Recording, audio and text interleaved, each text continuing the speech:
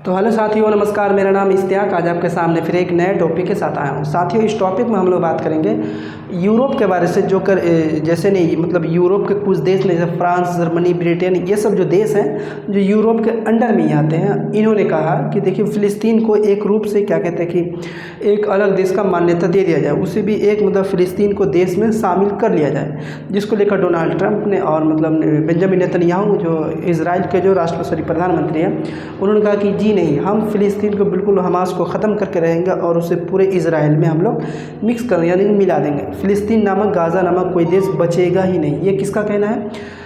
मतलब क्या कहते हैं कि बेंजामिन नेतन्याहू का, जो इजराइल के प्रधानमंत्री है।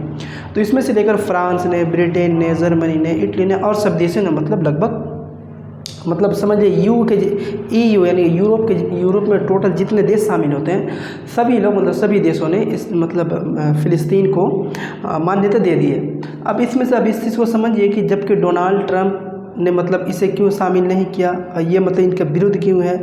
और फ्रांस ने, जर्मनी ने, ब्रिटेन ने, बेल्जियम ने, बेलारूस, ये सब जो क्या कहते हैं यूरोप जैसे देश में शामिल होते हैं, इन लोगों ने मतलब उसके अंदर क्या कहते हैं फ़िलिस्तीन को एक प्रकार से मान्यता देश बनाने के लिए क्यों मतलब कहा गया कि इन्हें मतलब देश के रूप में घोषित कर देना चाहिए। तो साथ ही कुछ हम लोग टॉपिक को समझेंगे कि आखिर EU यानी कि यूरोप ने क्यों मतलब ऐसा कहा, और जबकि मतलब डोनाल्ड ट्रंप और मतलब फ्रांस के जो राष्ट्रपति हैं इमैनुअल मैक्रोन, इन्होंने मतलब क्यों ऐसा कहा। क्या मतलब इन दोनों से मतलब ये सब होने से मतलब क्या कहते हैं कि ये एक दूसरे के पक्ष विपक्ष में हो सकते हैं, है ना। अगर ये फ़िलिस्तीन को मान्यता दे देते तो क्या मतलब डोनाल्ड ट्रंप इनके विपक्ष हो जाएंगे या फिर इन दोनों से कोई दुश्मनी हो जाएगी। तो साथियों, समझेंगे हम लोग इस टॉपिक को कि EU ने इन्हें मतलब क्यों मान्यता दी और इन्हें मतलब ऐसा क्या कारण रहा। देखिए साथियों, इस चीज़ को समझिए कि अगर आप इंटरनेट में सर्च करें कि दुनिया का सबसे ज़्यादा खुशहाल देश कौन सा है, तो ये EU के अंदर में आएगा। जैसे आइसलैंड हो गया, है ना, और भी सब मतलब देश हो गए, ठीक है, जैसे डेनमार्क हो गया, स्वीडन हो गया, ये सब मतलब हैप्पीस्ट कंट्री यानी कि मतलब खुशहाल देश। ठीक है साथियों, खुशहाल देश कौन है जी? खुशहाल देश में अगर देखा जाए तो ज़्यादातर यूरोप में 3 देश का बहुत ज़्यादा नाम आता है। हालांकि EU मतलब खुशहाल देश ही है, लेकिन उसमें से जैसे एक हो जाता है डेनमार्क, है ना, उसके बाद क्या कहते हैं कि आइसलैंड और स्वीडन, आइसलैंड और स्वीडन। ठीक है, देखिए सर, ये 3 देश ऐसे जो EU के अंदर में आता है, ठीक है, यानी कि यूरोप के अंदर में आता है। अब इस चीज़ को समझिए कि खुशहाल देशों में मतलब डेनमार्क, आइसलैंड और स्वीडन, ये तीन जो देश है EU के अंदर यानी कि यूरोप कंट्री के जो अंदर में आते हैं, डेनमार्क, आइसलैंड और ये स्वीडन, ये मतलब खुशहाल देश से गिनते में आते हैं, यानी कि हैप्पीस्ट कंट्री के ये गिनते में आते हैं। अब आगे समझ लिए साथियों, ये तो हो गई बात सबसे हैप्पीस्ट कंट्री कौन है, डेनमार्क, आइसलैंड और स्वीडन। अब इस चीज़ को समझिए, आखिर इस चीज़ को लेकर EU यानी कि यूरोप जैसे देशों ने क्यों मतलब इसे क्या कहते हैं कि फ़िलिस्तीन को एक प्रकार से मान्यता देने के लिए, मतलब फ़िलिस्तीन एक ऐसा देश हो, फ़िलिस्तीन भी एक देश हो, जिस प्रकार से EU में सारे देश है, जिस प्रकार से अदर जैसे कंट्री है जो खुशहाल है, जो मतलब अपने तौर तरीके से रह रहे हैं, जैसे पाकिस्तान, अफगानिस्तान, इसी तरीके से फ़िलिस्तीन को भी एक प्रकार से कहते हैं देश के लिए मान्यता दे देना चाहिए, उन्हें भी एक अलग देश बना देना चाहिए। ये मतलब UN में है ना, यूनाइटेड नेशन में होता है। ठीक है, ये मतलब इनके पक्ष में, फ़िलिस्तीन के पक्ष में रखें, जबकि डोनाल्ड ट्रंप ने कहा जी नहीं, हम आतंकवाद का साथ नहीं दे सकते।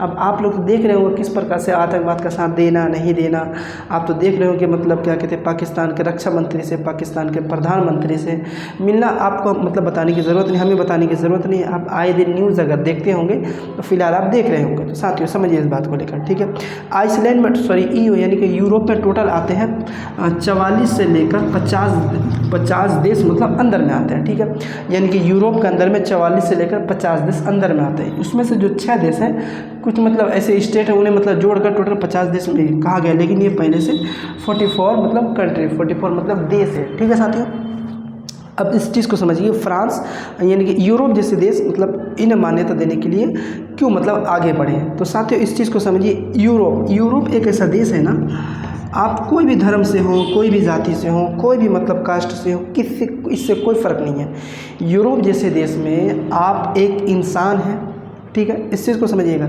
यूरोप फ़िलिस्तीन को देश बनाने के लिए, फ़िलिस्तीन को आगे बढ़कर मतलब क्या कहते हैं कि उन्हें काउंटिंग, उन्हें वोटिंग करने के लिए क्यों आगे बढ़ता है यूरोप जैसे देश, इस चीज़ को समझिए। यहाँ पे एक ट्विस्ट है, यहाँ पे एक कहानी है। यूरोप में टोटल होते हैं 44 से लेकर 50 देश। अब इस चीज़ को समझिए कि यूरोप में आप कौन से कास्ट के हैं, इससे कोई लेना देना नहीं है। आप कौन से मतलब कौन से कलर के हैं, इससे कोई लेना देना नहीं है। आप कहाँ के रहने वाली है, कोई लेना देना नहीं है। ये मतलब यूरोप में एक इंसान का होना बहुत ही बड़ा महत्व होता है। यूरोप ऐसा देश है जो कि मतलब कोई अगर इंसान है, इंसान का होना बहुत बड़ा मतलब वहाँ पे महत्व देता है। आप चाहे कोई से भी मतलब हिंदू हो, मुस्लिम हो, सिख हो, ईसाई हो, दुनिया में टोटल जितने भी कास्ट होते हैं, इससे आपको कोई लेने देना नहीं है। अगर आप यूरोप के धरती में अगर पैर रखते हैं तो यूरोप एक ऐसा देश है जो वहाँ के आप नागरिक बन जाएंगे। वहाँ पे मतलब अगर कोई भी अवैध प्रवासी है, अब इस चीज़ को समझिए कि देखिए दुनिया में जितने भी मतलब क्या कहते हैं फ़िलहाल जितने भी जैसे रूस यूक्रेन का युद्ध हो रहा हो, ठीक है। अब इसमें से यूक्रेन के जो, अब इस चीज़ को समझिए कि यूक्रेन के लोग जो जैसे रूस का हमला पड़ता है, रूस ज़्यादा ताकतवर है, रूस जैसे हमला करता है और उसमें से यूक्रेन जैसे देश के लोग जो वहाँ के जो मतलब कहीं दूसरे देश में, ठीक है, किसी दूसरे देश में तो मतलब वहाँ में शरण ले रहे होंगे, क्या कहते हैं यूक्रेन के लोग तो कहीं दूसरे जगह मतलब जाकर रह रहे होंगे।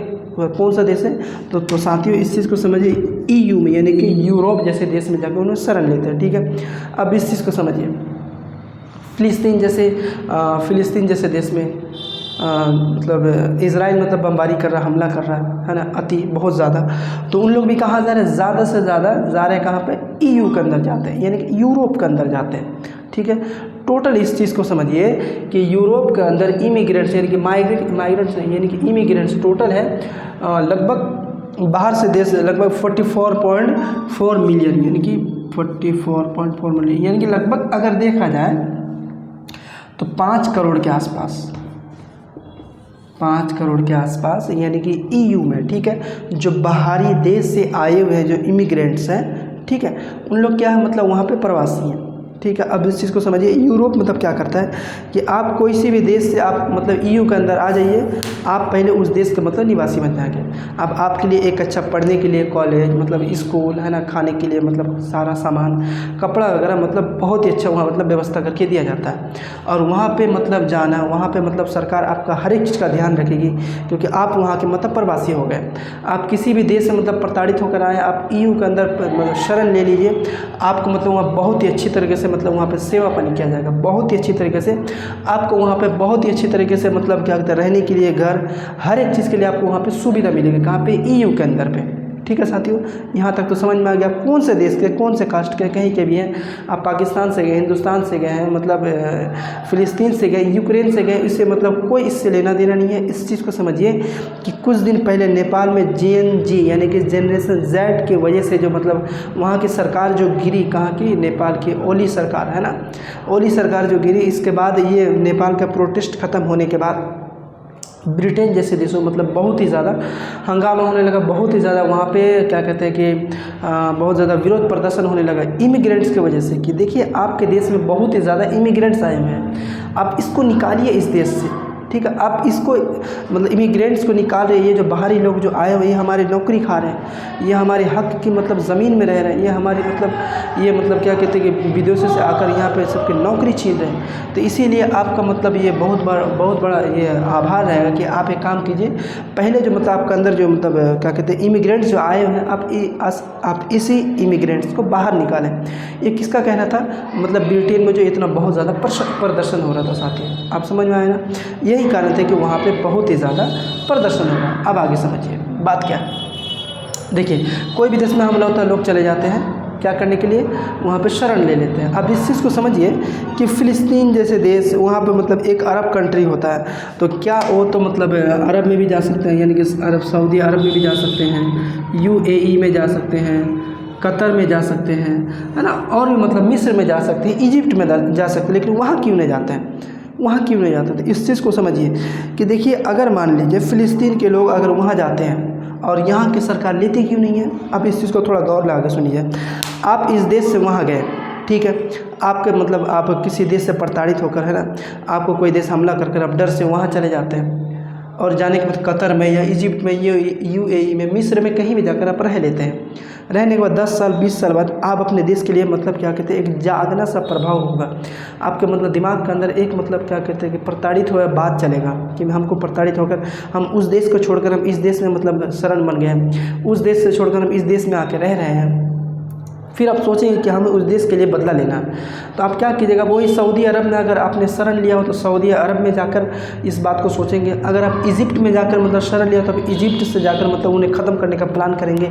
अगर आप मिस्र में जाकर शरण लिए हैं तो आप फ़िलिस्तीन के बारे में सोचेंगे, हमें मतलब इजराइल ने ऐसा किया, हमें वैसा किया, हमें भी इनके साथ ऐसा करना चाहिए। कब? आने वाला 20 साल 10 साल बाद। इस चीज़ को भी ध्यान में रखिए कि कतर में जब मतलब क्या कहते हैं कि गाज़ा के कुछ जो मतलब वहाँ के जो लोग जो आए हुए थे, इजराइल ने क्या किया कि उस जगह में हमला कर दिया। इस चीज़ को भी लेकर समझिए कि अगर ये मतलब ऐसे देशों में अगर आते हैं, अगर ऐसे देशों में अगर आते हैं और आने के बाद अगर ये मतलब गाज़ा के लोग को रखेंगे तो क्या होगा कि एक टाइप मतलब इन्हीं के ऊपर इजराइल पर बम फोड़ेगा, ठीक है। इसीलिए EU में अगर कोई भी जाता है तो वहाँ पे सबसे बड़ा मतलब एक अधिकार होता है कि मानव अधिकार, है ना। आप आ गए, आप एक इंसान हैं, आपके लिए यहाँ सब चीज़ का व्यवस्था है। ये कहाँ पे? EU के अंदर, यानी कि यूरोप के अंदर पे यह चीज़ का मतलब बहुत ही सख्ती से नियम कहा गया है।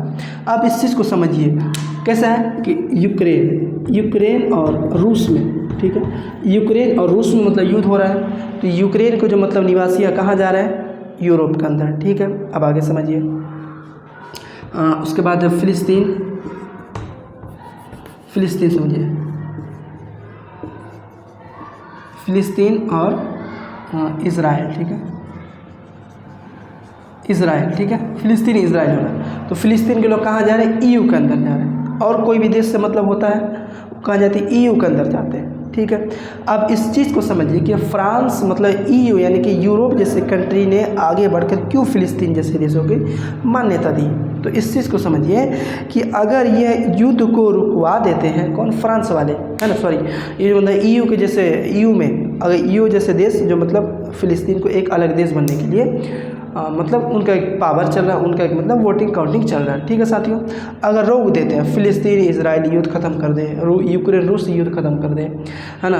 अब जैसे और कोई भी देश मतलब युद्ध होगा तो कहाँ जाएगा? फ्रांस के पास। ये अगर युद्ध ही ख़त्म हो जाएगा तो यहाँ के लोग वहाँ जाएंगे क्यों?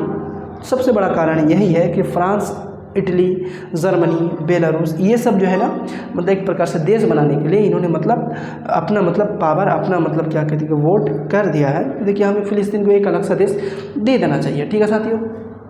अब इस चीज़ को समझिए कि अगर फ़िलिस्तीन, इजराइल, यूक्रेन, रूस अगर रुक जाता है तो फिर वहाँ के लोग अपने देश छोड़कर जाएंगे ही क्यों? और जाएंगे तो वहाँ पे जाके बसेंगे ही क्यों? जब वहाँ के बसेंगे नहीं तो मतलब वहाँ के इमिग्रेंट्स कम होंगे और इस प्रकार से EU के अंदर माइग्रेंट यानी कि इमिग्रेंट्स की संख्या कम होगी, ठीक है साथियों।